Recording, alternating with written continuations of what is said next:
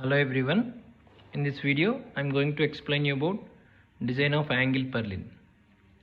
So here the data was given, that is spacing of trusses is given and purlin spacing is given, and live load and dead loads, an inclination of main raft of truss is given.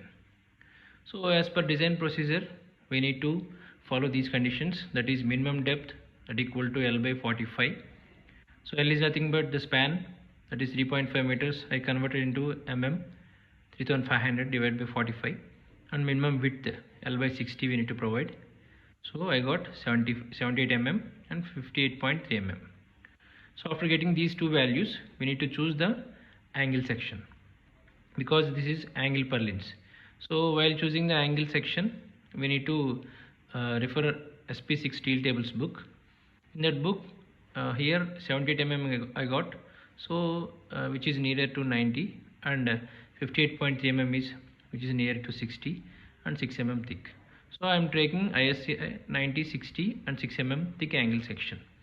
So here dead load calculation, that is weight of AC sheets which is given including labs and fixtures, that is 0.205 kN per meter square. So 1.6, that is nothing but spacing. We need to multiply with spacing. I got the dead load. After that live load, which is spacing into 1.6, that is 0.96 kN per meter. So total vertical downward load is 0.328 plus 0.96, that is total load 1.288 kN per meter.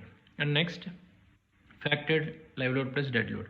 So factor we know that 1.5 into 1.288, and while we are taking normal to sheeting, that is live load plus dead load, the condition is cos which is in cos direction, that is cos 21 degrees, which is the angle given.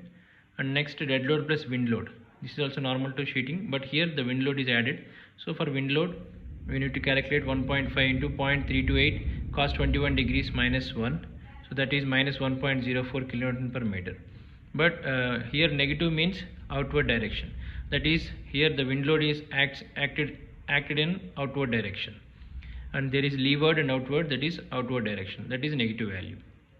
And next we need to calculate the moment. So the moment is WL square by 10. So here actually for the moment formula is WL square by 8, but here the purlin is continuous. For that continuous purlin we need to take the moment WL square by 10. So I got 2.210 kN per meter.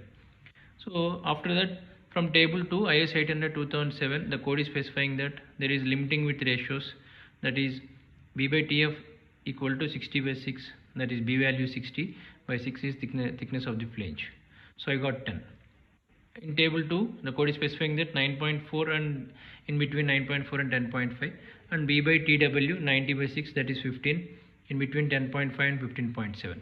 So in tabular form 2 the code is specifying that to classify the section we need to refer table 2. So that is by using these values 10 and 15 in between these values, so it belongs to class 3, that is semi compact section. After doing that we need to calculate MD. That formula is beta B ZPFY by gamma m naught, which is available in page number 53, clause number 8.2.1.2. But in that beta B equal to ZE by ZP. So ZE I am substituting beta B value in this formula, so ZP cancel, I got ZE by gamma m naught, which is section modulus, that is ZE value, and Fy is yield stress, gamma m naught is partial safety factor. Here the ZE value is available in SP6 book for this angle section, ISA 90 by 60 by 6 mm. But here this 11.5 value is available like ZXX and ZYY value in steel tables. We need to consider the maximum value. So here the ZXX value is 11.5, that is nothing but ZE value, section modulus. So I got 2.613, which is greater than moment. Hence ISA 90 by 60 by 6 mm is suitable as a purlin. So we need to provide ISA 60 by 6 mm. Thank you so much. Thanks for watching.